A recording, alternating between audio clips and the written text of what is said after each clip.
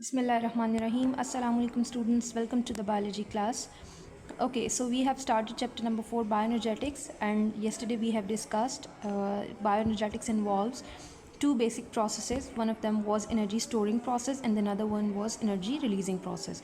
So energy storing process के हवाले से हमने ये डिस्कस किया था कि दैट इज़ फोटोसिंथेसिस, और जो एनर्जी रिलीजिंग प्रोसेस होता है दैट इज़ रेस्पायरेशन. तो हमारी जो डिस्कशन होगी पूरे इस चैप्टर में वो फोटोसिंथेसिस के हवाले से और रेस्पायरेशन के हवाले से होगी. तो हम पहले टॉपिक से स्टार्ट करते हैं, दैट इज़ फोटोसिंथेसिस. तो हम पढ़ेंगे क्या फोटोसिंथेसिस क्या होता है, इसका क्या मैकेनिज़्म है, कौन कौन से इसके रॉ मटेरियल्स हैं जो हमें चाहिए होते हैं, और उनका क्या रोल है इस प्रोसेस के अंदर. So let's start with the introduction of the photosynthesis. पहले हम क्या करते हैं, हम इसको ब्रेक करते हैं टू अंडरस्टैंड फोटोसिंथेसिस है क्या. फोटो का मतलब क्या होता है, लाइट, और सिंथेसिस का वर्ड इस्तेमाल होता है प्रिपेयर करने के लिए, टू मेक या टू सिंथेसाइज समथिंग, राइट. तो हम कह सकते हैं कि लाइट की प्रेजेंस में या लाइट को यूज़ करते हुए अगर कुछ चीज़ बनाई जा रही होगी, ठीक है, जो इस वर्ड से समझ में आता है, that will be called as, that process will be termed as photosynthesis. Now define it properly, तो हम इसे कहते हैं फोटोसिंथेसिस एक ऐसा प्रोसेस है in which green plants synthesize organic food from carbon dioxide and water using energy of sunlight. यानी कि ग्रीन प्लांट्स क्या करते हैं, कार्बन डाइऑक्साइड एंड वाटर को as a raw material use करते हैं और सनलाइट को यूज़ करते हुए उसको एब्जॉर्ब करके इन दोनों से इनऑर्गेनिक कंपाउंड से ऑर्गेनिक फूड प्रिपेयर करते हैं, जो कि क्या होता है, ग्लूकोज होता है. कि स्टोर किस फॉर्म में होता है, स्टार्च की फॉर्म में स्टोर होता है. बेसिकली जब हमने बायोएनर्जेटिक्स स्टार्ट किया था तो हमने क्या डिस्कस किया था कि बायोएनर्जेटिक्स के अंदर एनर्जी की जो मेजर सोर्स है सनलाइट है, उससे एनर्जी को ट्रैप किया जाता है और उसको कन्वर्ट किया जाता है केमिकल एनर्जी के अंदर, ठीक है, और उसको फूड की फॉर्म में स्टोर किया जाता है. तो ये जो प्रोसेस जिसके अंदर ग्रीन प्लांट्स इस ऑर्गेनिक फूड को प्रिपेयर करते हैं सनलाइट को ट्रैप करके, कैप्चर करके, और इनऑर्गेनिक कंपाउंड्स को as a raw material, as a reactants use करके, इसको हम क्या कहते हैं, photosynthesis. So we have defined it as the process in which green plants synthesize their food from carbon dioxide and water by using the energy of sunlight. Okay, now what are the raw materials that are required for the process of photosynthesis. Carbon dioxide is the very essential crucial component, water required होता है, chlorophyll required होता है, and sunlight.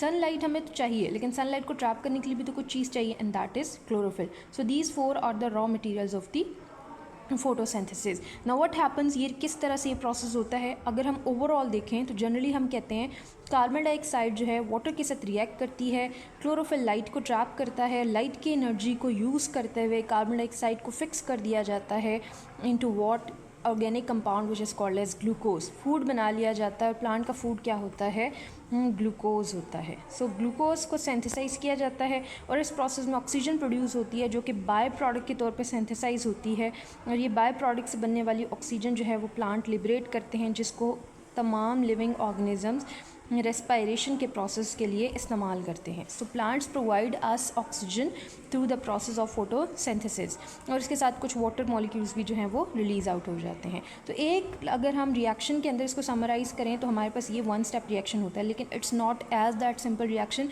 हम जब आगे जाएंगे तो हम इसको डिटेल में देखेंगे कि ये कार्बन डाइऑक्साइड एंड वाटर कैसे एक दूसरे के साथ कंबाइन करते हैं. प्रॉपर डिफरेंट स्टेप्स होते हैं जिनसे गुजर के हम फूड की प्रिपरेशन होती है in the process of photosynthesis. Okay, ना what are the reactants of the photosynthesis. जो रिएक्टेंट्स होते हैं यहाँ पे कार्बन डाइऑक्साइड एंड वाटर जो हैं वो इसके रिएक्टेंट्स हैं, और रॉ मटेरियल्स में हमने क्लोरोफिल एंड सनलाइट को इसलिए लिखा था क्योंकि जब तक ये नहीं होंगे, लाइट और क्लोरोफिल भी नहीं होंगे इन रिएक्टेंट्स के साथ साथ, तब तक फोटोसिंथेसिस नहीं होगा, ठीक है. अच्छा, अब प्रोडक्ट्स क्या बनते हैं, as you can see in the reaction glucose product होता है और ऑक्सीजन जो होती है वो एज अ प्रोडक्ट प्रोड्यूस होती है. मेन प्रोडक्ट ग्लूकोज होता है, जो बाय प्रोडक्ट होता है दैट इज़ ऑक्सीजन.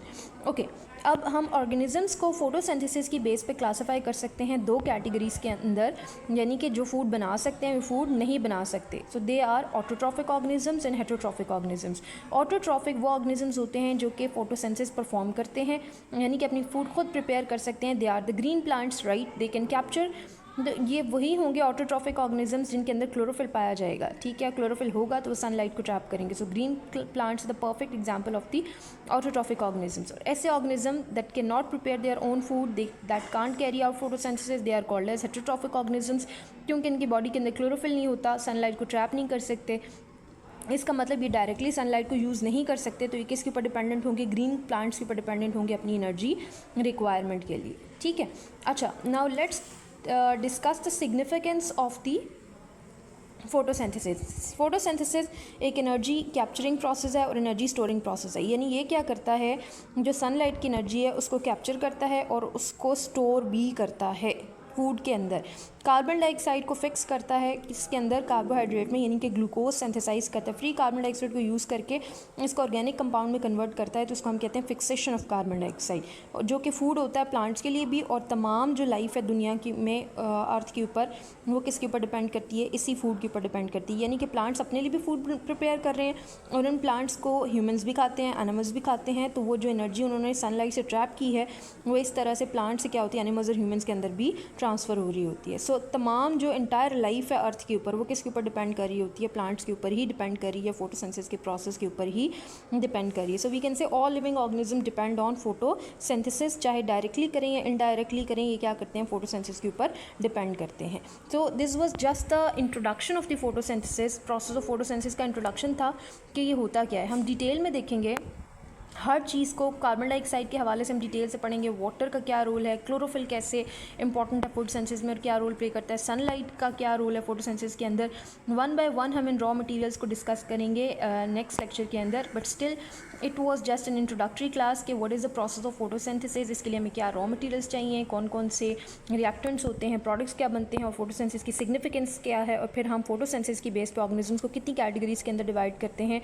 दो होते हैं, autotrophic and heterotrophic. So just an overview of the process of photosynthesis. I hope you have understood. Try to learn it through the lecture as well as read it from the book and understand it thoroughly. See you in the next lecture. Till then, take care. Allah Hafiz.